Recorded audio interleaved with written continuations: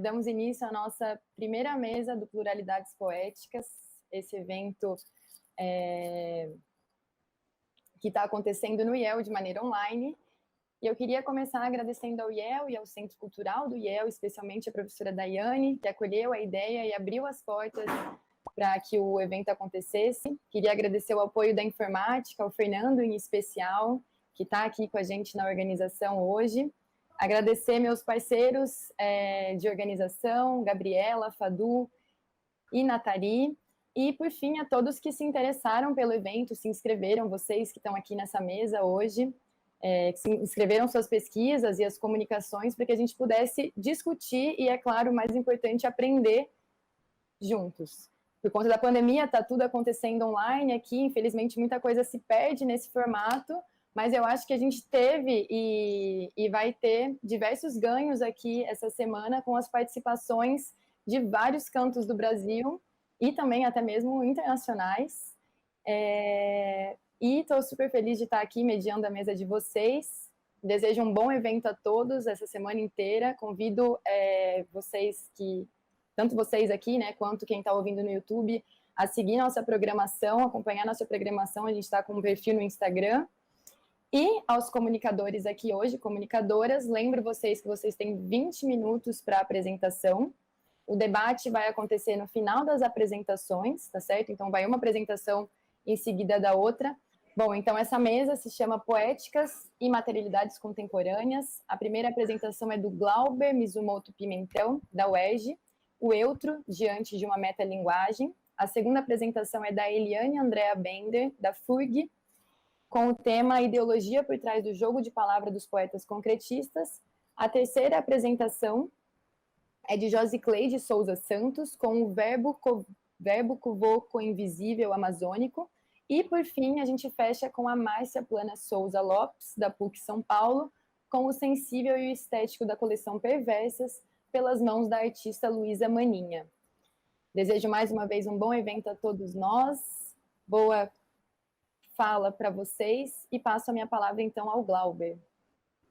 Olá, boa tarde. Meu nome é Glauber, sou doutorando da UERJ, fiz a minha dissertação de mestrado, né? Estudei o Arnaldo Antunes e continuo, né, com ele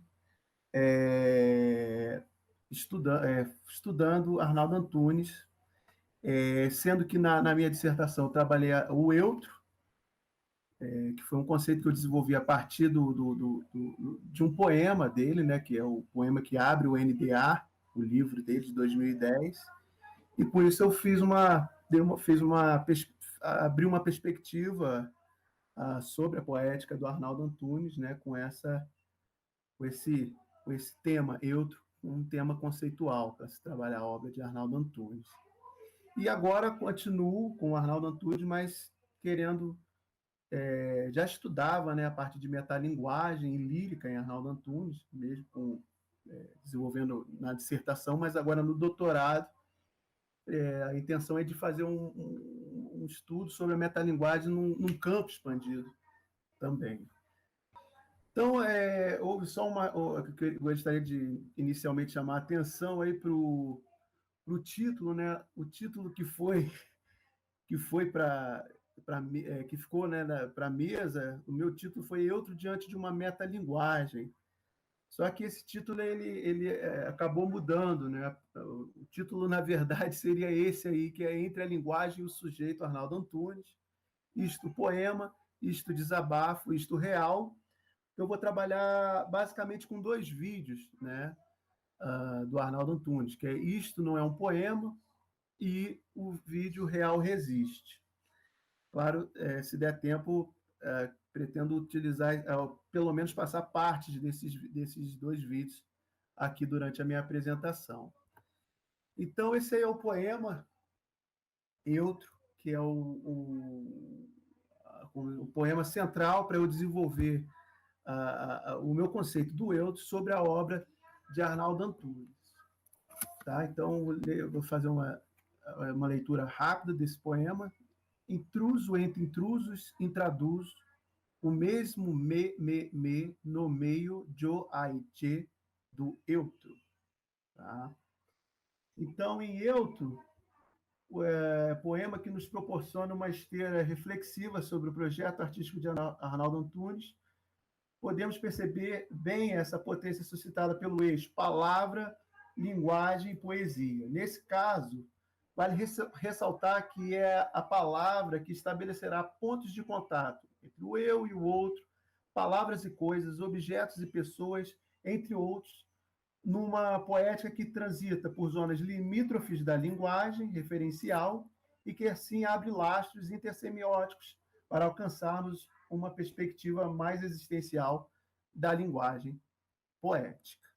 Tá? Então, eu gostaria só de chamar a atenção para essa perspectiva do eu, porque é onde eu desenvolvo, né, o trabalho assim, no mestrado, principalmente. Aqui, hoje, né, agora, um projeto que eu estou desenvolvendo para o doutorado, a intenção é de trabalhar essa questão da linguagem, a questão da palavra, numa perspectiva mais ampla. Né? Tanto que hoje eu vou trabalhar com 2 vídeos e que aborda uma parte mais política do Arnaldo Antunes.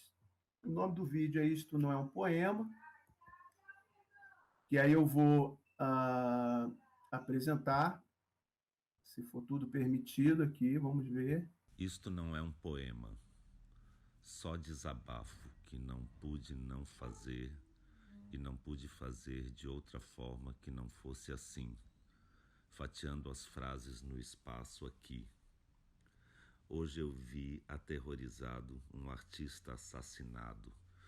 Modo Katendê, mestre de capoeira, autor do Badauê, por conta de uma divergência política num bar da Bahia. Depois corri o dedo sobre a tela e vi e ouvi arrepiado Luiz Melodia, também negro e compositor, também com o cabelo rastafari como a vítima do post anterior, cantando No Coração do Brasil e repetindo muitas vezes esse refrão, no coração do Brasil, no coração do Brasil que tento sentir pulsar ainda, entre a luz de Luiz e a treva desse buraco vazio que não pulsa mais no peito de Modo Katendê. E não existe amor em SP ou no coração do Brasil, fraturado nesses dias brutos de coturnos chucros a chutar a cara de quem ama arte, cultura, educação, liberdade de expressão, diversidade, cidadania, solidariedade, democracia. Mas não se dá a mínima. O que importa é se subiu a bolsa, caiu o dólar, se todos vão prosseguir seguindo docilmente para o abismo, nessa insanidade coletiva em que o Brasil nega qualquer Brasil possível, cega qualquer futuro possível, e o ódio, o horror e o ódio e nada que se diga faz sentido mais. Para que expor na cara desses caras a palavra explícita, gravada em vídeo e repetida, do seu mito, dizendo: eu apoio a tortura, eu defendo a ditadura, eu vou fechar o Congresso, não servem nem para procriar. Não te estupro porque você não merece. A gente vai varrer esses vagabundos daqui. O erro foi torturar e não matar. Viadinho tem que apanhar, etc, etc, etc, etc e tudo mais que repete incansavelmente há anos ante câmeras e microfones. Para que mostrar de novo e de novo o mesmo nojo, se é justamente por isso que o idolatram? E sempre haverá os que vêm disfarçar, dizendo: estamos entre 2 extremos. Sim, mas veja a Venezuela. É para acabar com a corrupção. Nós queremos segurança, ou não é bem assim. Bom, vou parar aqui a apresentação. Eu queria mostrar pelo menos um pouco do vídeo, né? Um vídeo que tem 11 minutos, mais de 11 minutos, e aí não teria como fazer a apresentação a partir pelo menos desse vídeo. Então faço aqui a retomada. Bom, então aqui eu faço a apresentação da minha comunicação, tá? Farei uma leitura. Ah, então, entre o primeiro e o segundo turno das eleições presidenciais de 2018, mais precisamente no dia 11 de outubro, Arnaldo Antunes lança nas redes sociais uma espécie de vídeo manifesto intitulado Isto Não É um Poema, em que expõe, falando de forma geral, o temor da possibilidade do agora então empossado presidente Jair Bolsonaro. Vale afirmar que o vídeo postado em tal ocasião, mesmo que assumindo uma mensagem subliminar de apoio ao candidato Fernando Haddad, candidato pelo Partido dos Trabalhadores naquele momento, é menos um vídeo panfleto de apoio político, tampouco um poema, do que um só desabafo que não pude não fazer e não pude fazer de outra forma, que não fosse assim, fatiando as frases no espaço aqui. Né? Retiro essas frases do próprio vídeo. Isto não é um poema, nos impele no seu próprio título a pergunta subjacente, mas o que é isto, um poema? Arnaldo Antunes, pois, ao reafirmar o título do seu texto, Isto Não É um Poema, como a primeira frase ou o primeiro verso do texto em questão, reafirma pelo fato não de renegar a poesia. Ao contrário, conforme as frases supracitadas que dão início ao vídeo, o poeta apresenta apontamentos que põem em discussão o ser próprio do poema, o ser próprio do poeta e o que ali se fala. O mesmo faria Magritte em seu emblemático quadro Ceci n'est pas une pipe, a obra de 26, como bem anotou Foucault, provoca um indefinido mal-estar, palavras do próprio Foucault, uma incerteza, colocando em questão a representação e o real, a imagem e o signo, palavras e coisas, enfim, um painel rico para se pensar a arte na modernidade. Se o texto de Arnaldo Antunes em discussão é só desabafo, que eu deste poeta fala, diz, desabafo, o poeta, uma pessoa qualquer performando um ato de cidadania, se Arnaldo Antunes diz não pude não fazer e não pude fazer de outra forma, que não fosse assim, fatiando as frases no espaço aqui, qual outra forma que justificasse o título e a primeira frase desse texto aqui em discussão? Eis aí ainda a incerteza, o indefinido mal-estar, como bem observou o filósofo francês a partir da obra de Magritte. No caso de Arnaldo Antunes, essa discussão toma proporções contemporâneas. Como só desabafo fatiando as frases no espaço aqui, inevitavelmente penso na partilha do sensível de Rancière. Esta partilha é o sistema de evidências sensíveis que revela, ao mesmo tempo, a existência de um comum e dos recortes que nele definem lugares e partes respectivas. Uma partilha do sensível fixa, portanto, ao mesmo tempo, um comum partilhado e partes exclusivas. Só desabafo fatiando as frases no espaço aqui, nesse espaço aqui, o ciberespaço, nas redes sociais, enfim, o lugar para este isto que não é um poema. Entretanto, este isto se dá como um recorte subjetivo do que é o político, sistemas das formas, a priori, determinando o que se dá a sentir. Faço citação de Rancière novamente. Mas quais são as frases fatiadas que levam o poeta ao só desabafo? Neste caso, fatos da realidade, frase de outros perfazem o discurso de só desabafo, do eutro Arnaldo Antunes. Este poeta que reforça, isso não é um poema. Este só desabafo, lembre-se, no entre-turnos das últimas eleições presidenciais, se dá como um recorte subjetivo do que é o político, um recorte dos tempos e dos espaços, do visível e do invisível, da palavra e do ruído, que define ao mesmo tempo o lugar e o que está em jogo na política como forma de experiência. Faço novamente citação aqui a Rancière. Um recorte subjetivo sensível num só desabafo, fatiando frases do si próprio e do outro. Aí temos as frases, né, que vão perpassando o vídeo inteiro, conforme vocês viram algumas. É um vídeo de 13 minutos. Arnaldo Antunes, ao dizer publicamente isto não é um poema, utiliza-se de um procedimento peculiar de metalinguagem por colocar em questão aspectos da subjetividade, ou das subjetividades, que põe a própria linguagem em jogo. A metalinguagem se expande, nesse caso, ao colocar num desdobramento paradoxal aspectos que envolvem o próprio do poema, o próprio do autor, o próprio da política, o próprio do contexto em que se fala, enfim, o próprio da realidade e a própria linguagem. Gostaria de reforçar o uso deste termo, desdobramento paradoxal, tendo em vista o argumento de George Agamben.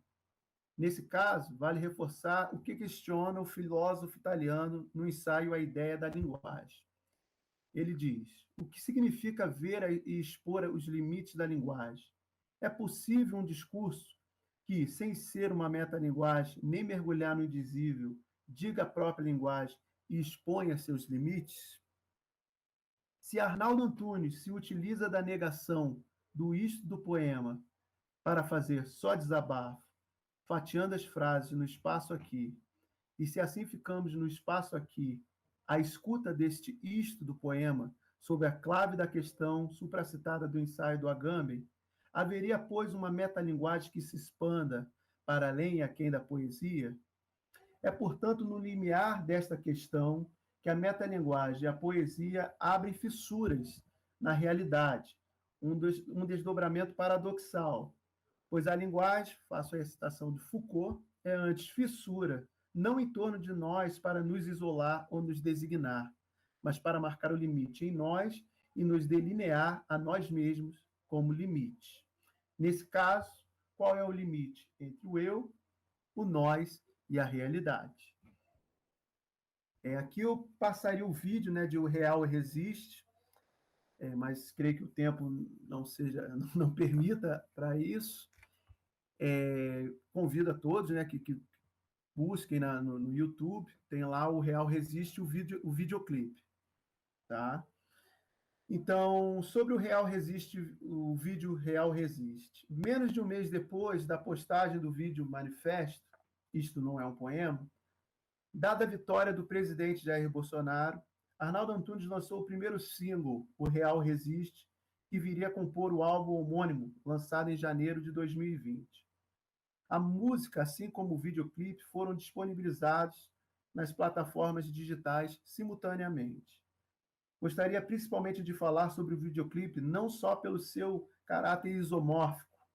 Segundo o próprio Arnaldo Antunes, o clipe se integrou organicamente com a canção.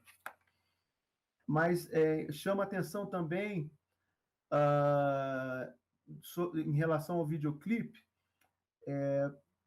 pois ele, pelo fato da produção deste ter sido uma parceria com a Mídia Ninja.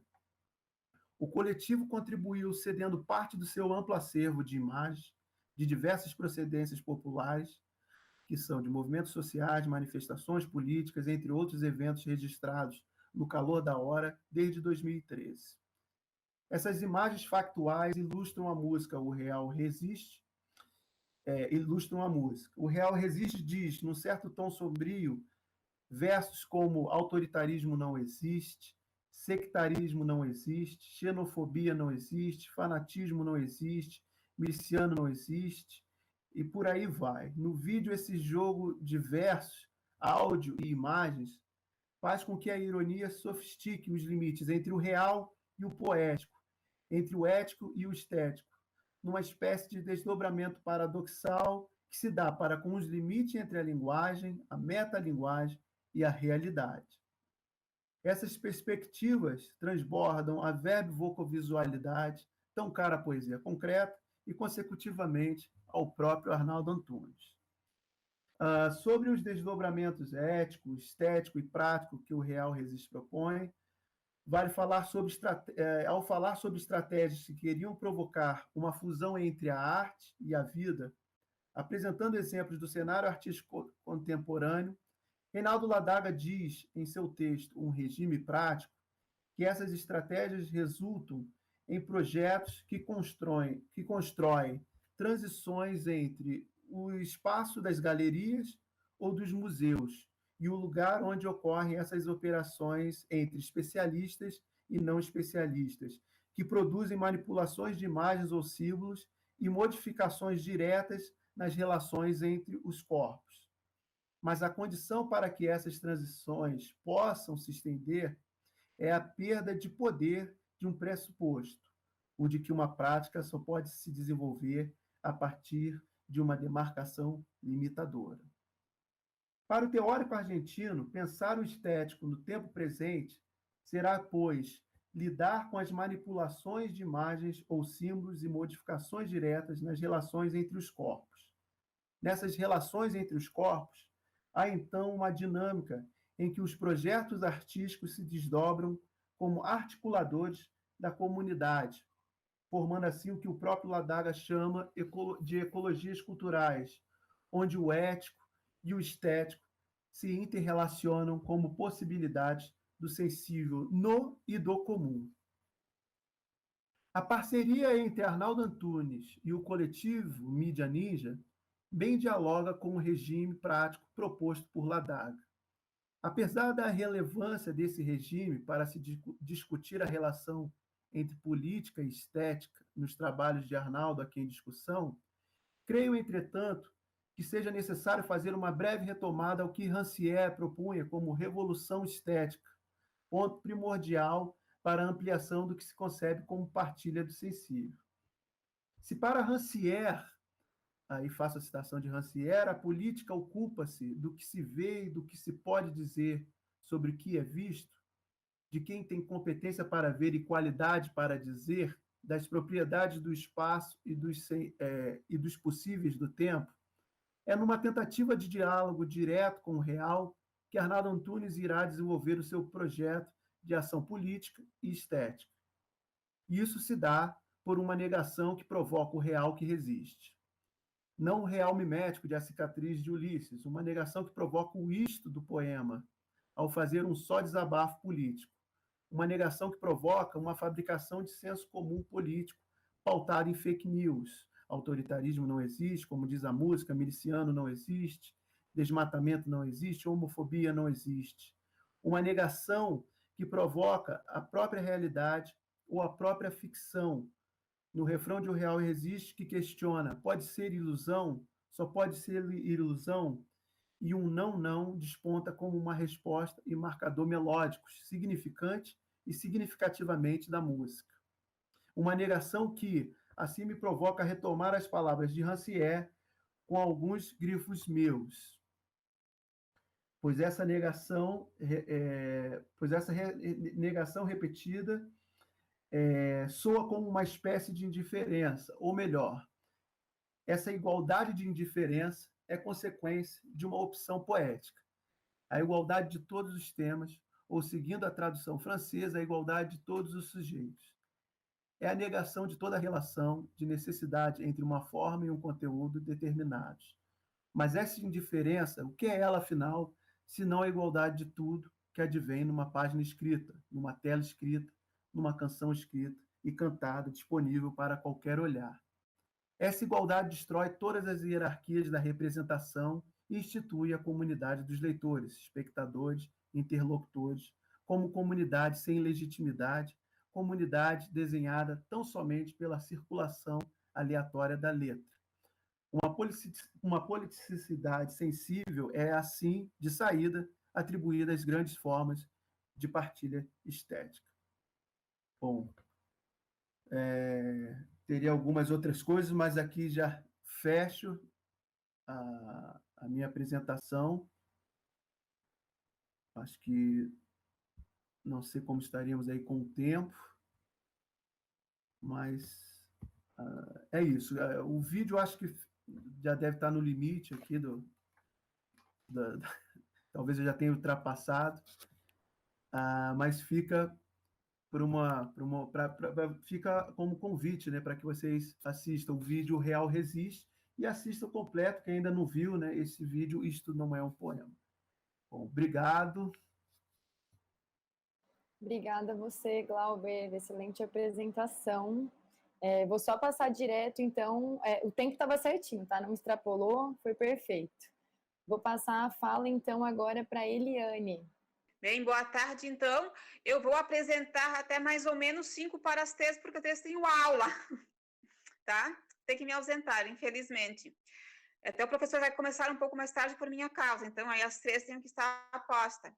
Bem, então, o meu trabalho é sobre os jogos de palavras, né? E a ideologia que tem por trás desse jogo de palavras e símbolos, formando desenhos dos poemas concretos. O concretismo foi uma parte do modernismo que foi um vasto aconteceu na literatura brasileira, perdura até hoje, uns chamam de literatura contemporânea, mas também alguns autores dizem que ainda estamos no modernismo. A literatura contemporânea também é mais uma parte dessa poesia modernista que estamos vivendo. E vanguarda foi um termo que foi usado para significar novo, alguma novidade. Mas no modernismo sempre teve uma novidade, então todas as fases que o modernismo teve é uma vanguarda. E entre elas, a concreta, que iniciou mais ou menos em 1950.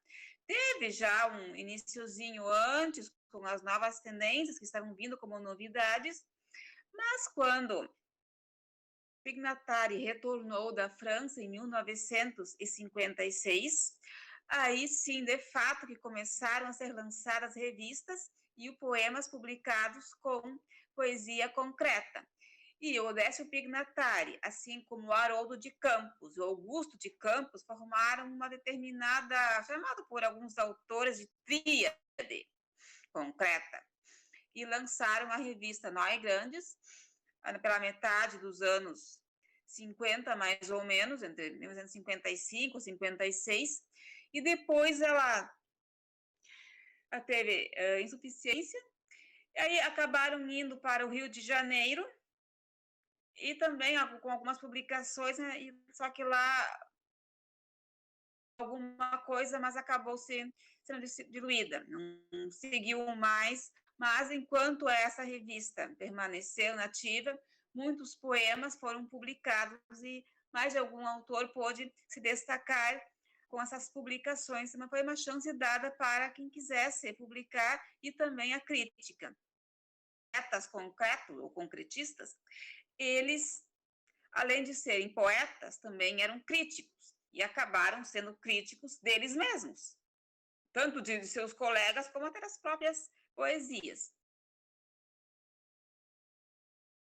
O poema que eu selecionei de cada um dessa tríade concretista, o concreta, uns autores chamam concreta, outro concretista, mas tanto faz, e também um poeminha do Paulo Leminski, que já é um pouco mais atual em relação à tríade, e também, por fim, de outros 2 poetas que não são nenhum ícone da literatura brasileira concreta, que publicaram seus livros em sites, no Pinterest, e outro tipo de nada oficial, como foi o caso desses outros poetas. Mas isso também não os diminui. E trabalhando com eles junto a outros, porque fazer um trabalho só com eles também, não sendo conhecidos, ficaria estranho. Mas um trabalho junto com os outros que são conhecidos, uma comparação entre esses poemas, pode fazer com que eles venham também a ser conhecidos, porque se ninguém os apresenta, eles vão sempre ficar no anonimato. Então, começando com o poema O Lixo, Luxo, apresenta a palavra lixo escrita de maneira ornamental, com palavras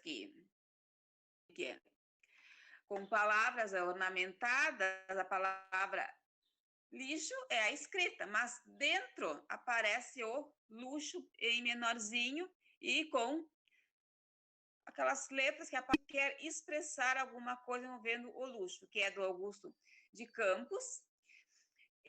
E dentro do luxo que as pessoas procuram para se autoafirmarem, também há uma espécie de lixo, tanto em relação ao descarte, porque é consumido, ali a crítica ao sistema, pode dizer, capitalista, consumista, que as pessoas consomem em relação à máquina também, e os meios que induzem as pessoas a essa compra. E as pessoas também querem. Como se o luxo fosse alguma coisa para caráter a sua personalidade. Só que isso acaba sendo, tudo o que é consumido é descartável. Vai para onde? Vai para o lixo, E a vida das pessoas também pode ser assemelhada a isso. Esse consumo, essa procura que as pessoas têm por esse luxo, essas coisas, a princípio, maravilhosas, são prazeres momentâneos. Logo, se a pessoa estava angustiada, depressiva, tudo isso volta. Isso não é suprido pela autoimagem que querem mostrar. Muitas vezes querem mostrar alguma imagem que justamente porque não existe. Não?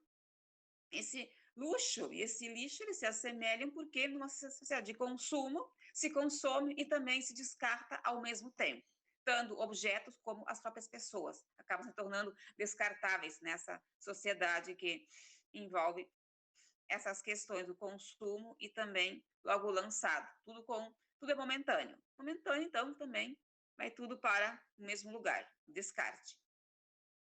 Aí depois, no poema de Haroldo de Campos, o Nasce, Morre, ele faz uma decadência, assim, começa com as palavras, depois vai, o nasce, morre, renasce, ele vai repetindo, como se fosse um nivelamento das pessoas. Elas vivem buscando alguma coisa e bem no fim tudo volta para o mesmo lugar, não há um avanço. E assim como o lixo e o luxo, não há uma esperança. Se busca muito, mas é pouco o que se procura. O vazio permanece. Aí outro poema que eu peguei do Décio Pignatari, que é o Babe, Coca-Cola, beba Coca-Cola, iniciando com a terminação beba Coca-Cola como um anúncio publicitário, aí depois começa a desconstruir essa terminologia. Diz Babe, que é uma letra, uma palavra que não existe, e se pensa o que ele quer dizer com Babe. Coca, sim, aí foi uma outra palavra, coca, que pode se assemelhar ao líquido. Coca e cola pode fazer uma analogia à cocaína, como uma droga. E caco. Então, se bebe a garrafa de Coca-Cola, que sempre foi o símbolo dessa campanha publicitária, sempre aquela garrafinha nos anos 50, agora já ela mudou de nome, de uma evolução tremenda na propaganda da Coca-Cola, mas na época era sempre aquela simpática garrafinha, que até hoje ainda permanece, que 250 ml, logo ela é consumida, ela não dura muito, um golinho, 2, se foi. E a coio vai para o lixo, se torna um caco, assim como é o próprio líquido. Ou a embalagem, um líquido, tudo uma coisa só. Aí, no fim, ele usa aquela expressão cloaca, que é um orifício animal, que também significa é o lixo aonde vai tudo. Não sobra nada a Coca-Cola. É consumida, ela causa prazer, as pessoas gostam do líquido, mas imediatamente vai o consumo, a garrafa, tudo vai fora, não sobra nada disso. Aí depois o Paulo Leminski deu uma poeminha que ele diz que o que o destino, vou ver aqui o poema, o que o destino faz, aceita. Não discuto com o destino, o que pintar eu assino. E escrito em caracteres semelhantes a uma máquina de escrever, sem pontuação, sem nada, podendo ser comparado à máquina, à pressa que as pessoas não mais, tudo na pressa. E diz, não discuto. O que pintar, então, não estou nem aí, não luto, não faço nada. O que é estabelecido nessa sociedade é aceito, sem ninguém questionar nem avançar. O que vem, tá bom. E haver uma luta de classes para ir contra isso. É aceito tanto a publicidade como tudo que vem de cima, sem ninguém questionar. E aí também as pessoas vão para um vazio em suas vidas, porque não sabem como lutar contra isso.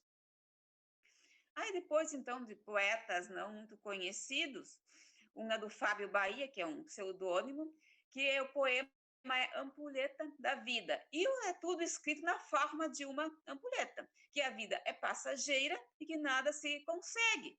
Aí começa retilíneo e vão decaindo também as palavras, que do jeito que é o poema, parece que elas estão caindo. E também significa a linearidade que a vida tem. Não se chega a lugar nenhum. Começa reto, aí dá um desequilíbrio, há um tropeço, se cai, aí tem que se levantar de novo, não se pode ficar no chão, e assim vai. E assim passa o tempo, sem nenhuma novidade. Tudo nesses altos e baixos que a vida oferece, e a angústia das pessoas continua sempre. Há poucos avanços. Quando há um avanço, também logo há um declínio.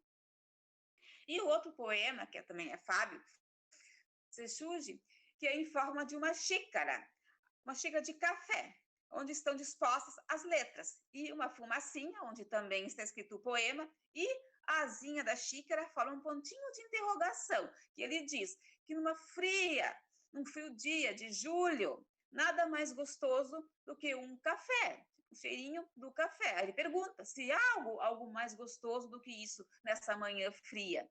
Aí, perspectiva otimista da vida, porque os demais poemas, o Lixo e o Luxo, o Abicoca, o Renasce, se morre, e a Preta Vida, tudo pessimismo, esse desequilíbrio, essa angústia que não passa.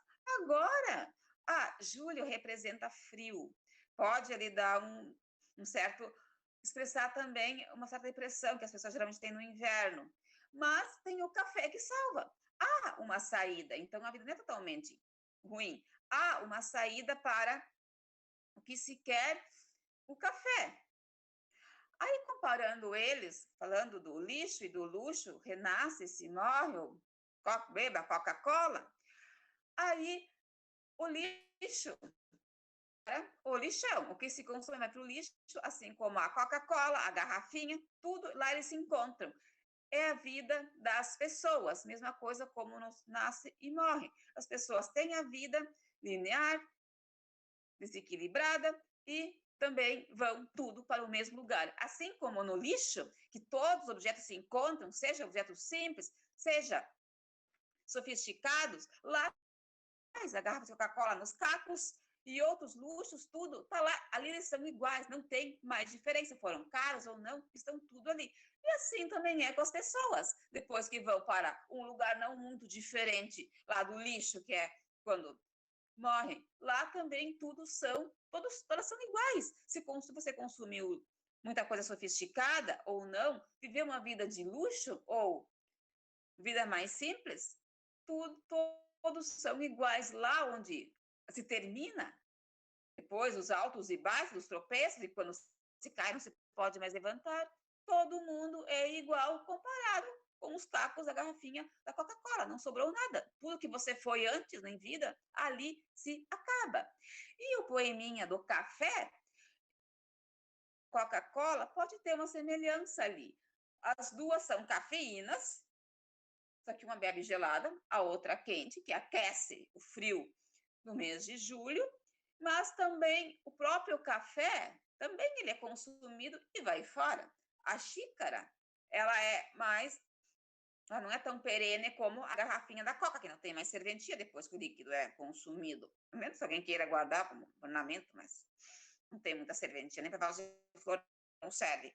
A xícara, ela dura um pouquinho mais, mas ela também quebra uma hora. E também com todos os outros lixos, todo mundo junto. Aí, então, objetos e pessoas, todos nesse consumo, nessa vida semelhante à máquina, na Revolução Industrial, que veio para o Brasil depois, a máquina precisa ser consumido. É dado pela propaganda e as pessoas vão atrás e consomem para se autoafirmarem. Mas, após o consumo, nada resta. Seja lá o que for, tudo acaba sendo descartado e não tem mais valor nenhum. É mais ou menos isso. Muito obrigada pela participação. Eu que agradeço. Bom, vou chamar agora o Josi Clay. Boa tarde. Boa tarde, tudo bem? Tudo bem, fala aqui de Marabá, para a Amazônia, tudo bom? Tudo certo. Bom, vou me ausentar aqui, boa apresentação. Tá bom, obrigado. Bem, eu vou fazer uma apresentação panorâmica sobre o trabalho, sobre 3 textos, né, 3 obras de 3 autores, Marcílio Caldas Costas, Vicente Cecim e Max Martins, né? Então, eu brinquei um pouco com o título, o verbo voco invisível amazônico, para mostrar que há hoje, no Pará, né, uma pequena tradição de uma poesia que dialoga com a visualidade, né, que traz aí reverberações do concretismo, mas que vai seguir por um caminho um tanto diferente, porque o concretismo, a gente pensa no concreto, né? A gente pensa, como a professora agora apresentou, uma poesia que dialoga com uma cultura de massa, industrial, né? A Coca-Cola, enfim, tem uma visão crítica sobre a modernidade, né? E aí nós temos, a partir de Max Martins, né? Esse aqui é um livro que foi lançado pela UFPA, né? A Universidade Federal do Pará, que foi prefaciado pelo professor Benedito Nunes. E aí, nesse livro, né, que é uma antologia, tu tens já poemas em que o Max trabalha com uma visualidade que ele vai tomar emprestada do concretismo, só que ele vai levar por um outro caminho, que esse amazônico diferencial seria uma poesia cuja visualidade trabalha com um outro tempo, né? Não esse tempo acelerado da modernidade, do industrial, mas um tempo de imersão, né? Um tempo líquido, né? Um tempo que traz uma visualidade mais detida, né? Esses são exemplos, né? do livro, para vocês darem uma olhada, né? E aí, o poema que eu vou expor do Max é esse aqui, né? Esse é um poema chamado O Gêmeo, né? É um poema que foi feito pelo Max em cima de uma fotografia do fotógrafo e foi juntado com uma fotografia do fotógrafo Miguel Chicaoca e foi montado num livro na década de 80. Então, a partir da interferência do poeta Age de Carvalho, né? Então, o Max ele começa a tradição, né? Depois nós vamos ter o Vicente Cecim, né? Também trabalhando com a ícone escritura, e por fim a gente tem o Marcílio Caldas Costa, que trabalha com poemas objetos poemas, né? Esse aqui é um exemplo para vocês verem, né?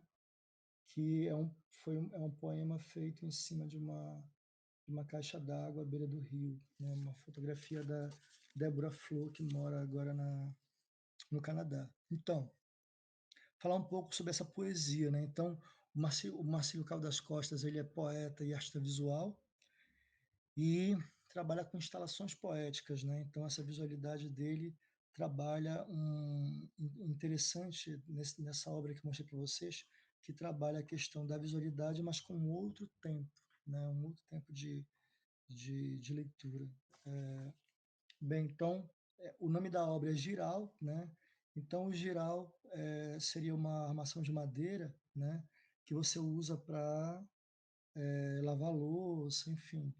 E que, a partir do trabalho do Marcílio, ele vai ter uma nova relação, mas sempre trazendo a questão da umidade, da água e da profundidade, né? E aí o Paz Loureiro, que é um teórico dessa poesia amazônica, ele vai falar de um esfumato, né? Que é o esfumato, que seria uma espécie de entrecruzamento entre o espaço estético e o espaço cotidiano, porque tu tens aí uma caixa d'água que ela é utilizada por ribeirinhos e na beira do rio, né? Então, é uma liquidez que trabalha com a questão do rio enquanto símbolo cotidiano, né? E aqui uma observação com relação a essa liquidez, que é uma liquidez diferente daquela liquidez baumaniana, né? É uma liquidez mais baixa-lerdiana, mais profunda, mais do mistério, mais do invisível, como diria lá o Vicente Cecim, né? Então, a caixa d'água é esse objeto plástico industrial, mas que é ressignificado, aproximado do rio, da água natural, né? E também da vida desse ribeirinho amazônico, né? O fundo da caixa d'água é o suporte para o texto poético do Marcílio, né? Então, no início, tu tens o trabalho poético inserido nesse universo ribeirinho, que que tem como função aí, né, pelo texto, infelizmente não dá para mostrar aqui porque o tempo é muito curto, mas a crença no mito, né, contrastando com o recipiente industrial em que o poema foi escrito, marcado pela objetualidade, pelo utilitarismo em que o mito está esvaziado. A voz poética, numa atitude anti-uliciana, propõe habitar um abismo. Então não se trata de um esclarecimento, de uma coisa materializada, mas buscar o invisível, buscar o mito, buscar o não dito. E aí o modo como foi tirada a fotografia, né, nos dá a ideia desse fotopoema, né, que eu chamo de fotopoema, nos dá a ideia de plonger, de mergulho, né? Então a posição está em mergulho, como se a poesia propusesse aí um mergulho numa poética profunda, né? O abismo, cujo fotopoema propõe um mergulho para a habitação, por sua vez, possui a simbologia do risco da perda de si e da morte, mas também da profundidade descensional no desconhecido que atrai, como mostra o episódio da Odisseia do Canto das Sereias, né? No fundo da caixa d'água tem-se, sob uma fina lâmina de água transparente, o texto poético em que a transparência da palavra é turvada pela densidade das imagens líricas, né? Em segundo plano tem-se o rio, e em várias civilizações percebido como um lugar do mito, né? Do desconhecido. A imagem seguinte do texto inscrito no fundo da caixa d'água começa com a sugestão do desfolhar a claridade, né? no poema. Nesse sentido, a luz, elemento fundamental para a fotografia, teria uma simbologia usual, teria sua simbologia usual recriada poeticamente, pois a claridade geralmente se liga à razão. Não por acaso, né, tu tens aí o ideal de humanidade ligada à questão do iluminismo, né? Mas no fotopoema, essa claridade que se associaria ao universo lógico, racional e cultural do humano acaba por se contaminar do verde, o chamado verde vago mundo úmido de que já falara lá o Benedito Monteiro, né? No verso, a mudez exata que começa a florir seu limo, o silêncio natural que a palavra poética tenta traduzir, se liga a uma lentidão em que vida e morte se aproximam em um tempo cíclico, justapondo o florir como o nascimento e o limo, que poderia significar a marca do tempo sobre o úmido espaço amazônico, né? Então, essa é a minha fala sobre esse, esse fotopoema, né, da instalação do Marcílio, né? Aí agora eu parto para o poema do Max Martins, que é esse que eu mostrei para vocês aqui, ó, o poema Gênio. Esse poema ele foi publicado no livro anterior do Max, né, na década de 70, e voltou dessa maneira aí nesse poema. Então eu vou ler o poema para vocês perceberem um pouco dessa influência aí do trabalho vocálico, né, do trabalho sonoro, aliás, perdão, com a influência de um pouco do concretismo. Gêmeo, no sofrer ou no regalo, halo, o lado a lado, barcos arpando, indo do cabo não, e para um destino de bandeiras negras de pirata perseguindo-me, e, se às vezes me inauguro em praias solitárias, Sagitário inútil sou, gêmeo sendo, e só, da gema do poema prisioneiro, do meu próprio ovo e outro, né? Então ele pegou e colocou o poema com a caligrafia dele, né? Com essas duas quilhas, né? Então o poema ocupa 2 páginas do livro, né? Então, o que que a gente tem aqui é, no poema do,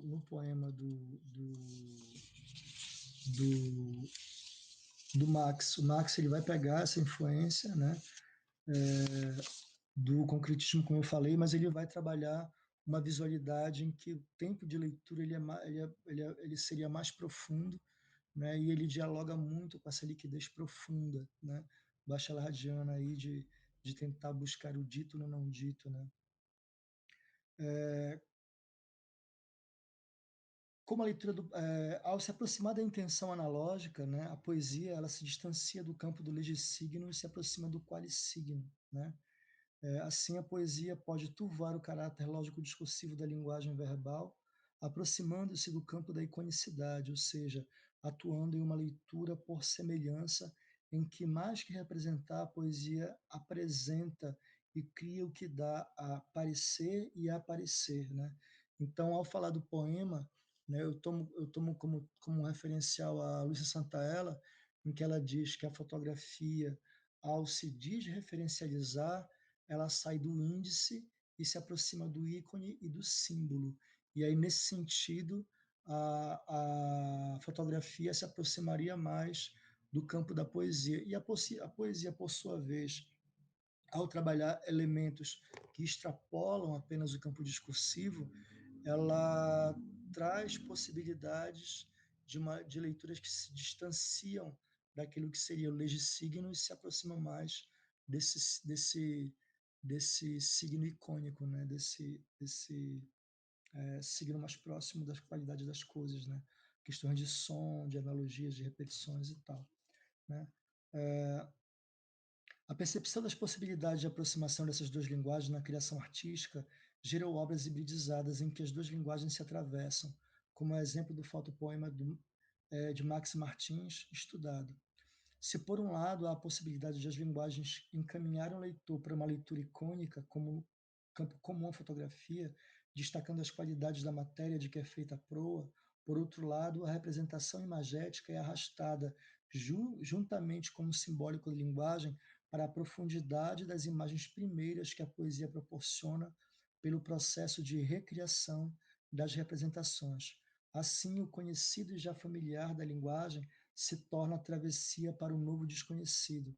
A poesia se apresentaria como a navegação em busca de praias solitárias inauguradas pela palavra poética, né? Então, nesse sentido, nós estamos aí diante daquela função que o Barthes diz que é inexprimir o exprimível, né? Então, os processos de manipulação da imagem fotográfica possibilitam que o que seria o registro físico possa chegar ao extremo da figuração sui generis. Essa possibilidade de recriação ou distorção da representação imagética é já uma marca da criação poética e da água com quem o motivo fotográfico da proa se relaciona, né? Então, esse é um elemento presente na poesia do Max. Aí, ao final, eu faço a seguinte afirmação: a imagem da proa, que é a imagem do Shikaoka dentro do poema, a imagem da proa como promessa de aventuras por rotas desconhecidas se relaciona ao perigo da experienciação poético-existencial na passagem do poema para um destino de bandeiras negras de piratas perseguindo-me, né? Eu queria terminar, né, falando de um outro poeta que dá continuidade a essas experimentações poéticas, visuais aqui na Amazônia, que é o Vicente Cecim, né, que ele fez o livro, ele tem uma série de livros que é chamado de Livros da Viagem de Andara, né, Viagem a Andara, e é interessante porque ele diz que Andara, a Viagem a Andara, na verdade, compõe um livro invisível, né?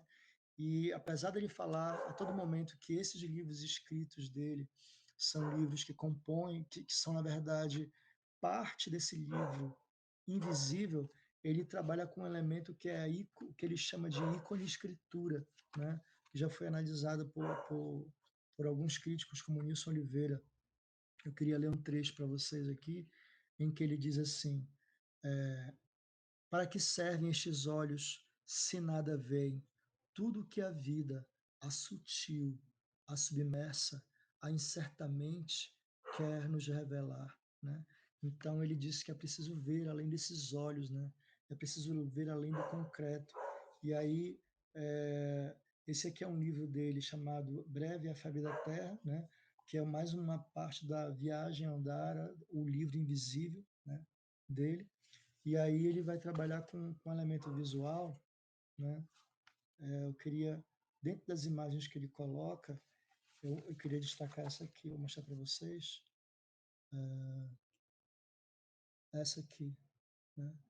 Em que ele vai propor que nós vejamos com outros olhos que não os humanos, justamente porque esses olhos são velozes demais e não têm, por isso, capacidade de ver aquilo que algo que está para além do visual pode ser percebido. Então, ele propõe que a gente veja com os olhos dos animais, com os olhos dos peixes, que a gente tenha uma outra percepção da realidade. E a partir daí ele vai construir, né, uma literatura que imagens vão dialogar com o texto escrito, né? E aí é interessante porque ao mesmo tempo que ele turva o limite dos gêneros, porque, né, por exemplo, esse prêmio aqui ele ganhou como narrativa, né? Mas ao mesmo tempo que é narrativa, também é um texto poético, né? Então você não dá para você fazer uma análise estrutural a partir daquele conceito estruturalista de romance. mas também tem elementos narrativos, tem elementos poéticos e elementos visuais, né? Então, resumindo, o que eu afirmo é que nessa poética contemporânea amazônica, tu tem poetas que trabalharam com elementos que são herdeiros do concretismo, mas que eles vão caminhar pelo verbo voco invisível, né? Buscando o mistério, buscando profundidades, né? Ligados ao mito amazônico, à transfiguração do espaço imaginário amazônico, da liquidez profunda amazônica. Então, é uma poesia que, embora visual, embora verbo, vocal, visual, trabalha com essa dimensão do invisível poético, né? Com outro tempo de leitura e um outro tempo de recepção. É isso. Obrigado. Vou passar a fala agora para a Márcia Plana Souza Lopes. Boa tarde, eu sou a Márcia Plana, né? Fiz um trabalho também na PUC, né? O meu mestrado foi sobre o Arnaldo Antunes. Glauber, fiquei muito apaixonada aí pelo seu trabalho, porque vem dialogar essa poética do Arnaldo Antunes. Bom, hoje eu vou estar conversando com vocês, na verdade, fiquei apaixonada por todas, né? Vou falar sobre a coleção Perversas e a performance em Luzia Mania, o sensível e o estético da coleção Perversas pelas mãos da artista Luzia Mania. A coleção Perversas e a performance em Luzia Mania, o sensível e o estético da coleção Perversas pelas mãos da artista Luzia Mania. Primeiro eu vou trazer as palavras de Lenir Viscovini, que participa de um grupo chamado Sábados Perversos, que é da onde nasce essa coleção, né? Essa coleção Perversas, ela nasce de um grupo lá na cidade de Santo André, no sebo Livraria Alfarrábio. E a Lenir Viscovini, ela nos traz o seguinte: coleção Perversas, voz, corpo e escritas. Perversos dias da ausência da palavra, do medo da palavra, carregava de sílabas e versos dentro de si. Quando a palavra vem, vive-se, morre-se. Quando não pode ser dita. Da negação da palavra, fez-se a força, o grito. Ninguém nasce palavra, torna-se. Haverá um templo repleto de palavras, palavras de mulher, sobra dos dias que falam, anseios de horas no escuro. A escrita, linguagem da mulher, não prende, liberta, transporta, transcende, não anula, torna-se possível, cria. Perversos dias, meses, anos, décadas e séculos, perversos sábados, perversas palavras na escritura das mulheres dos sábados perversos. É pela ausência e negação da palavra e controle dos corpos das mulheres que a cultura patriarcal se impôs. Se manteve e se consolidou como uma política nas casas, vilas, cidades, nos países e no mundo. Essa sociedade constrói a retirada da voz, da escrita e da demonização do corpo das mulheres, como estratégia hegemônica para a manutenção de seu poder, que nunca é apenas cultural, é também político, econômico e social. Sem palavra e com o controle do corpo, não temos um sujeito inteiro. Temos fragmentos de vivências, experiências e sabores. Não é por acaso que no percurso da história, tantas mulheres, nas mais diversas realidades sociais, morreram por experimentar, ter voz e corpo autêntico. Outras desistiram, persistiram, persistem, persistirão. A coleção Perversas, então, ela nasce deste grupo, né, de mulheres que vão, e de homens, de todo mundo que vai participar dessas reuniões aos sábados, né, em 2014.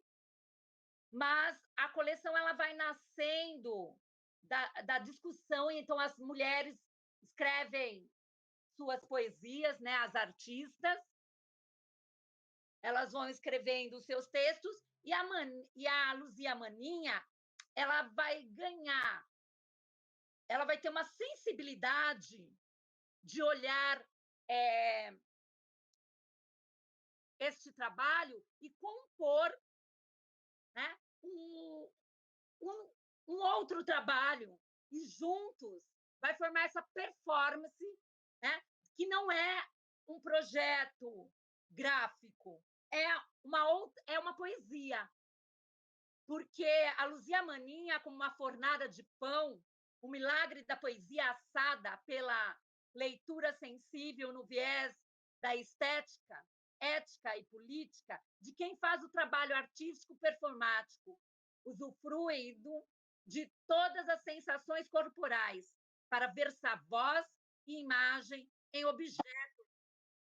A artista não produz a coleção na perspectiva gráfica tradicional, mas engendra artesanalmente uma composição em conjunto com as autoras das obras. Conceição Basto, Constança Lucas, Dalila Teles Veras, Deise Assumpção, Jurema Barreto de Souza, Margarida Lorusso, Rosana Crispim e a própria Luzia Maninha. Então, aqui é como dentro de um pacote, então, de um saco onde se tem pão, se faz o pão, essa questão do cheiro, né? Né? Nós vamos perceber isso nos textos. Eu vou passar as imagens. Então, esse daqui foi o primeiro volume, né? Vai falar sobre a mulher antiga.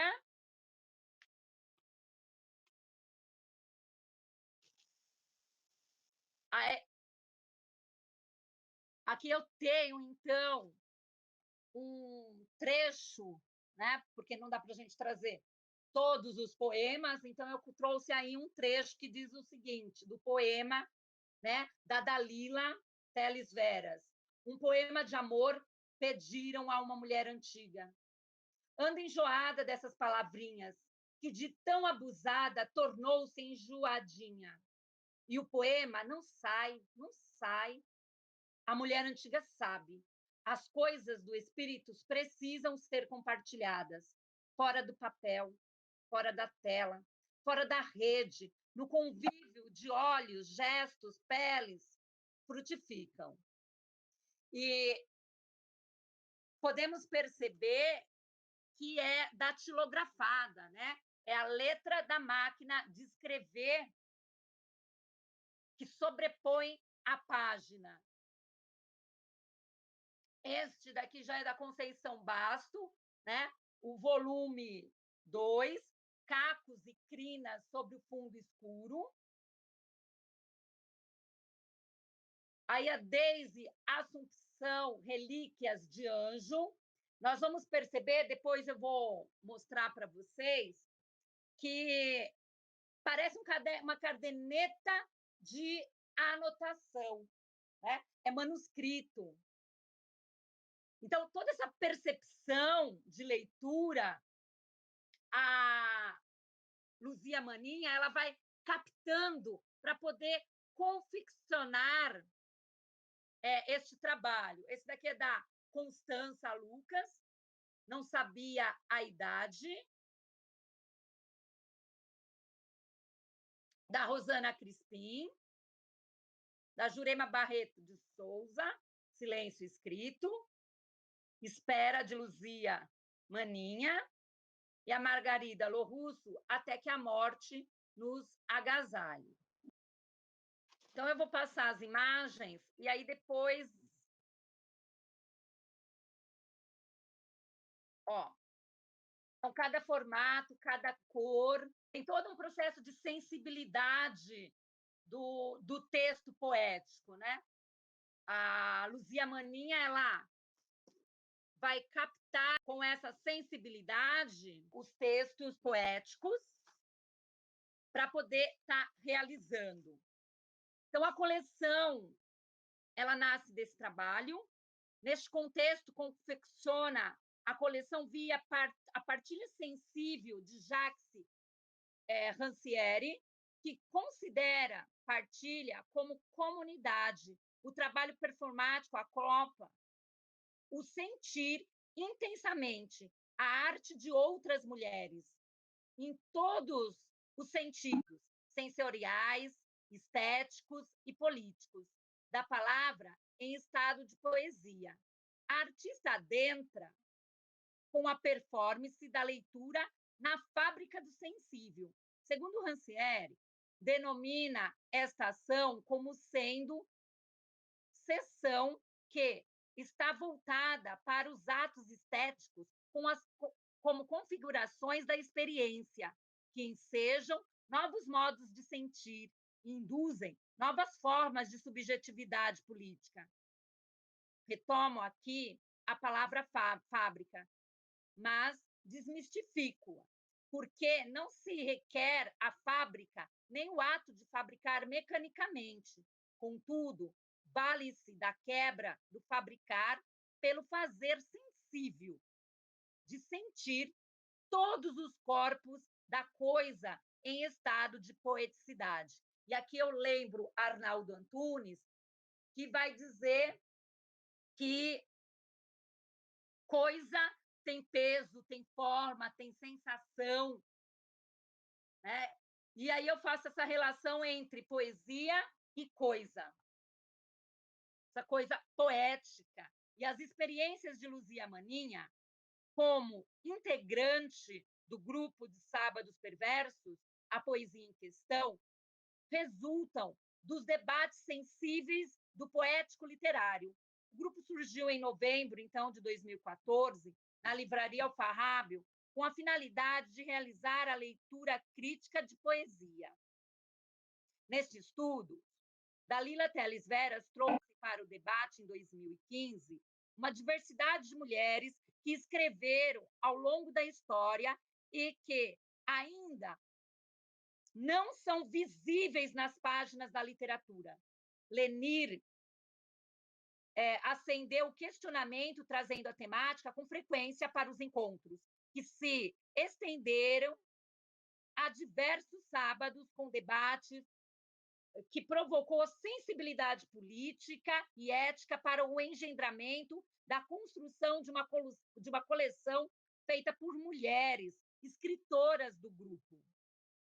Os textos das autoras passam pelas mãos artísticas de Luzia Maninha, que atribui um corpo compartilhado entre a palavra, a imagem e o projeto gráfico, desmistificando o papel do editor de livros, que apenas edita, mas prescreve a participação ativa e compositora de quem cria arte na perspectiva de uma leitura performática, que amplia as vozes das mulheres do grupo. Luzia Maninha parece ter as mesmas preocupações de Rancière quando o pensar, a maneira de fazer e as formas de visibilidade da maneira de fazer articulada ao prazer e na feitura da estética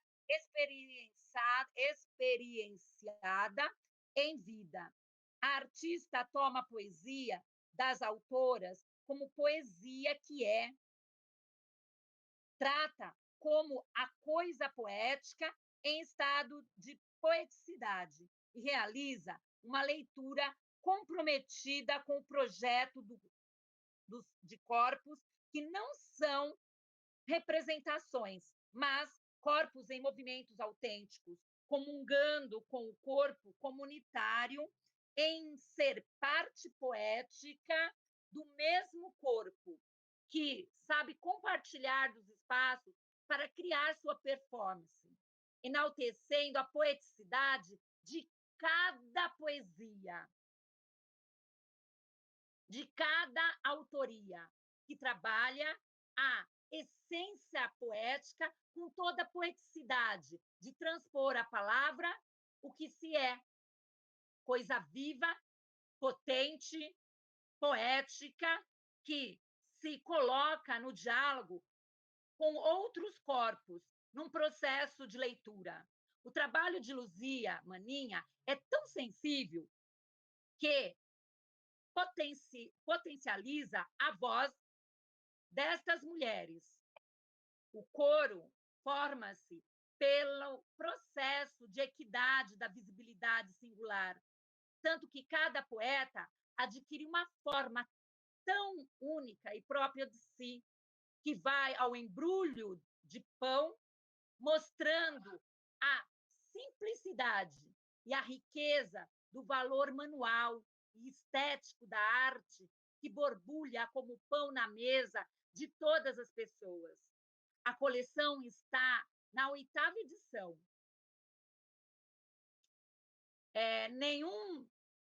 Nenhum livro é igual ao outro. A diversidade promove o espaço da diversidade, tanto dessas mulheres como do trabalho de Luzia Maninha, que entra nos vãos do projeto poético via performance, no percurso da escuta e do fazer.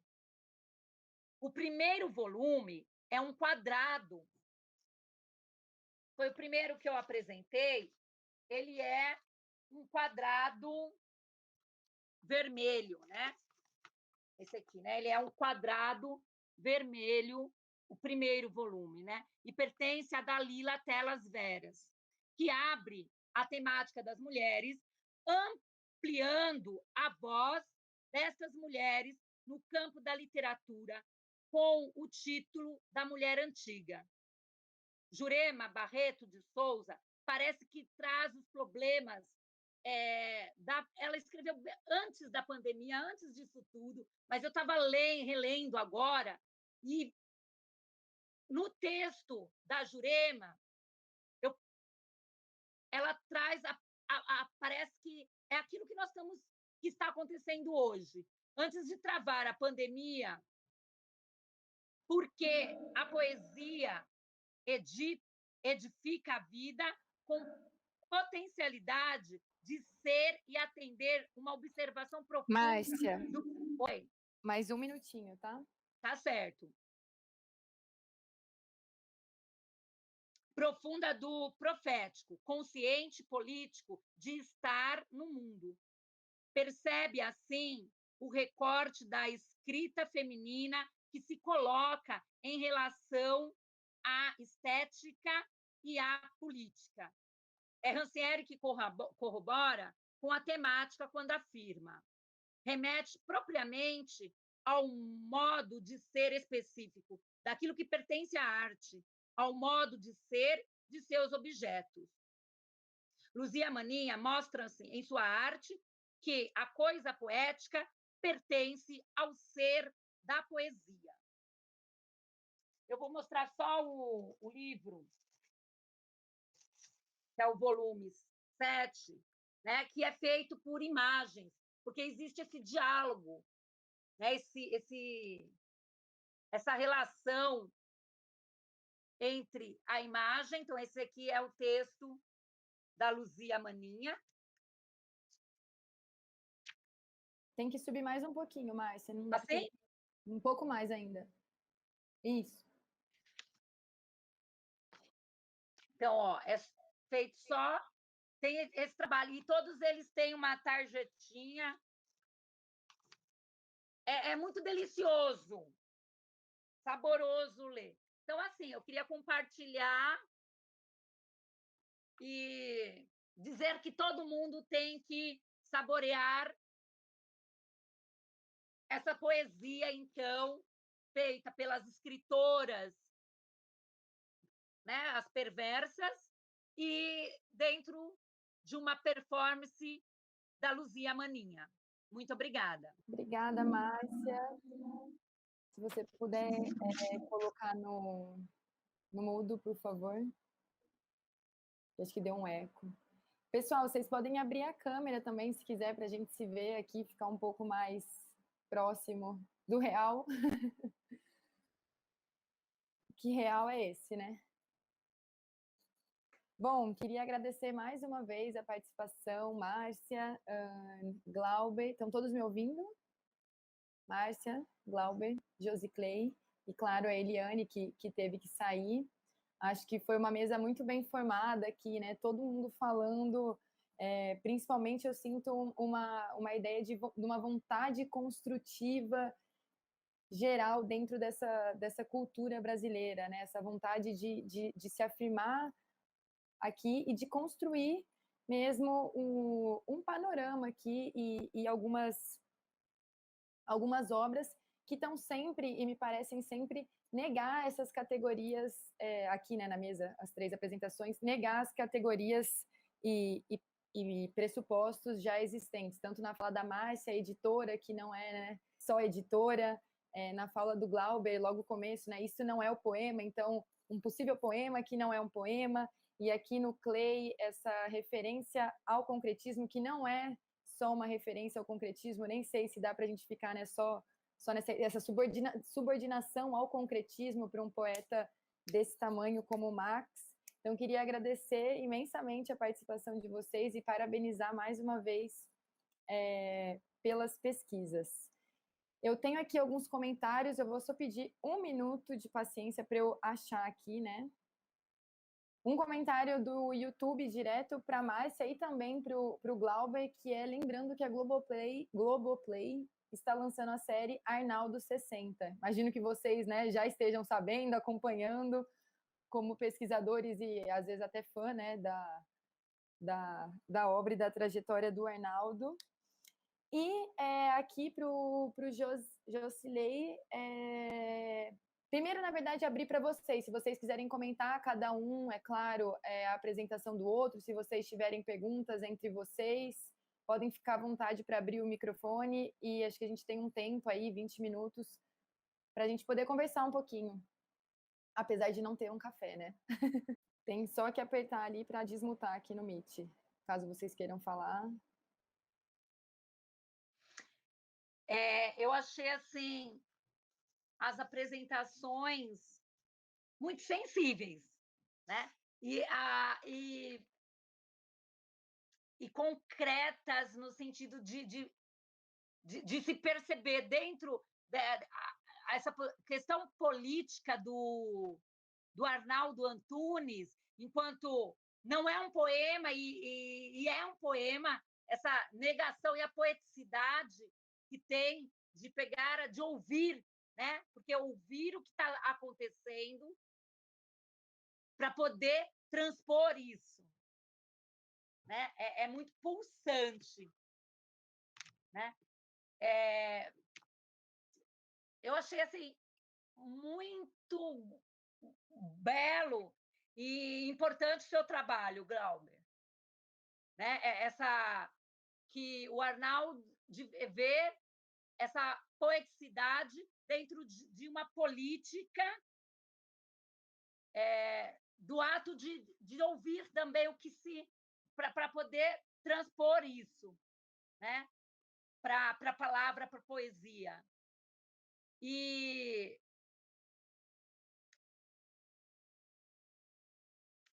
Josiclei, né? A questão também do perceber, de sentir, né? A caixa d'água, o líquido, a poesia, né? Do verbo vico voco, né? Eu adorei isso, né?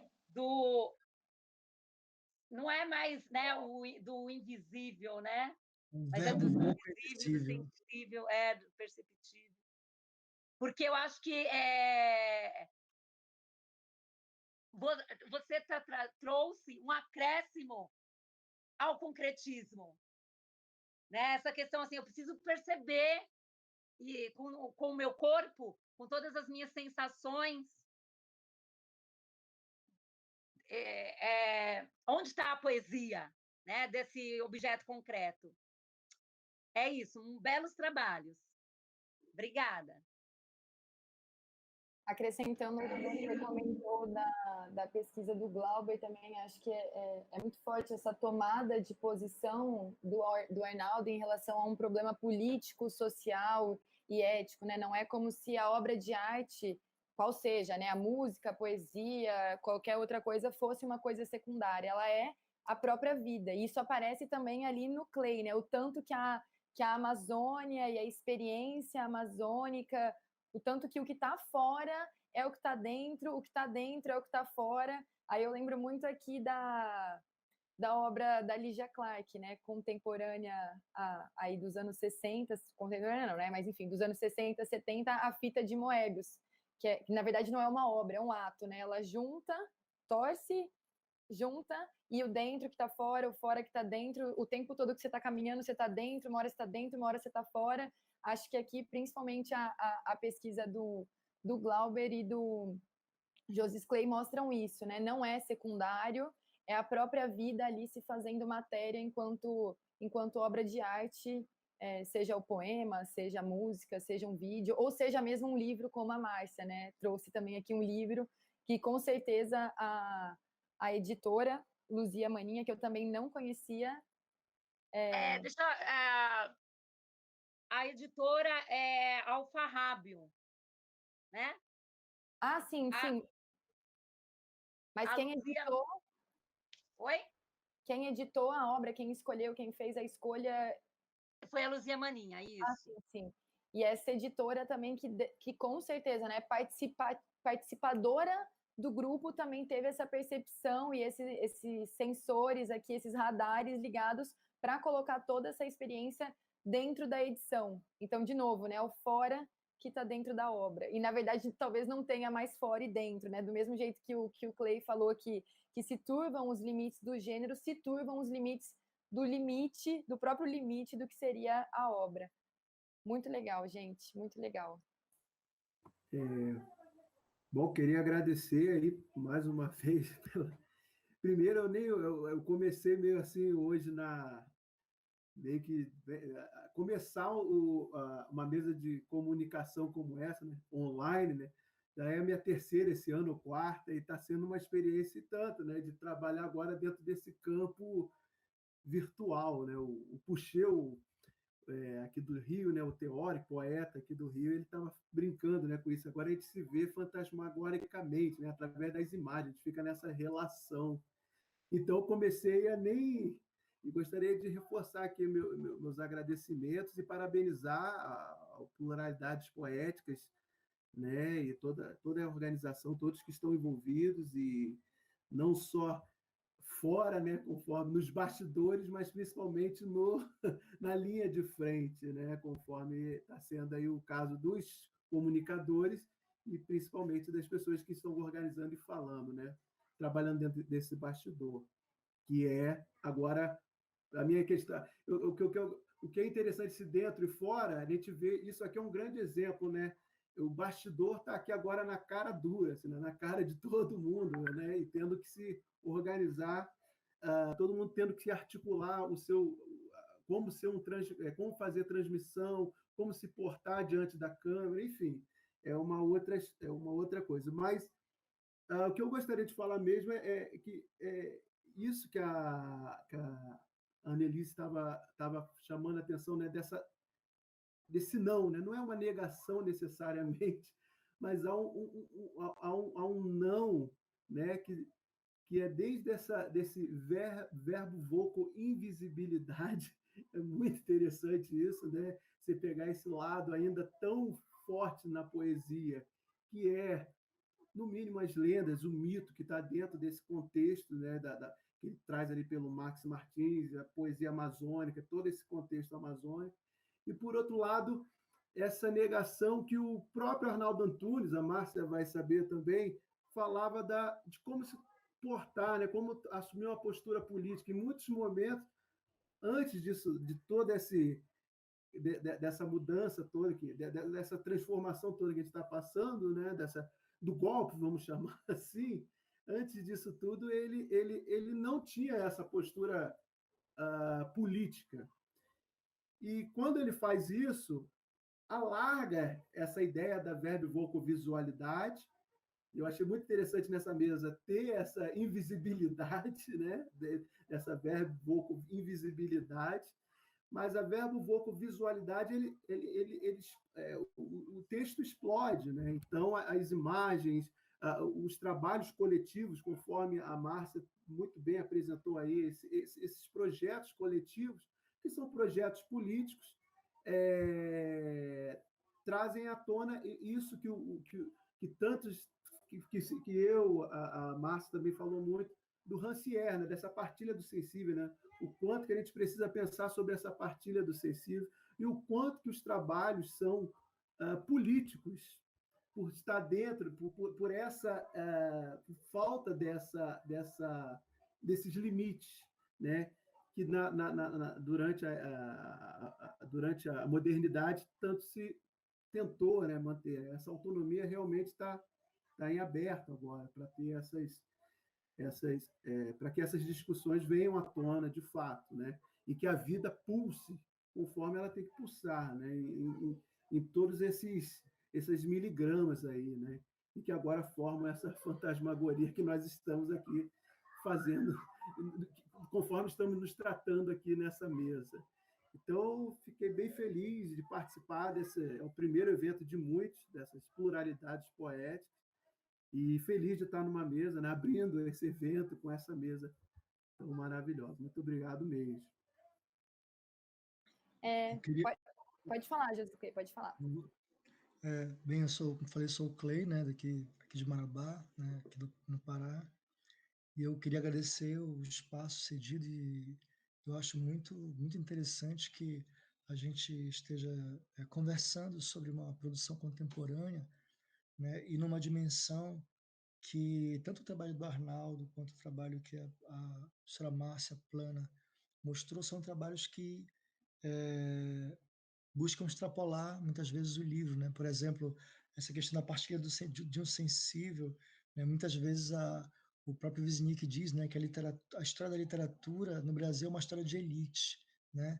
E a partir do momento que você pega o texto poético e leva para uma caixa d'água na beira do rio, e mistura o poema com pão, ou leva para uma galeria, projeta num prédio, você consegue partilhar mais, né, uma percepção poética, assim como você burla também ou rasura aí esses limites impostos a uma história que colocou a literatura, principalmente a poesia, para um nicho, né? Então, fazer com que o cotidiano seja poético, seja ele no espaço mais urbano ou num espaço mais natural, espalhar, partilhar mais esse elemento poético, né? Eu acho isso interessante. Queria parabenizar o evento nesse sentido aí, todo mundo que falou. Obrigada a vocês, gente. Vocês são demais. Muito bom. Eu só queria acrescentar que, assim, dentro dessas questões política, esse trabalho da coleção Perversas vai trazer essa questão da invisibilidade das mulheres, né? Porque são as mulheres, é uma coleção feita por mulheres, são as mulheres que vão, né, ter toda a iniciativa e esse trabalho. Só queria acrescentar isso. Sim, importantíssimo de se destacar. Perfeito. Bom, gente, muito, muito obrigada. Estou super feliz com essa mesa, contente com a participação de vocês, com as contribuições que a gente consegue fazer aqui e com tanto que eu aprendi hoje aqui com vocês. Vou encerrar a mesa por conta do horário, tá? Convido vocês a continuarem assistindo, né? Tem uma mesa 2 agora, mesa 2 às 4h30. Se quiserem, o link do YouTube está lá no nosso perfil do Instagram, mais uma vez, @pluralidades poéticas. E é isso. Muito obrigada mais uma vez e ficamos por aqui. Parabéns, gente.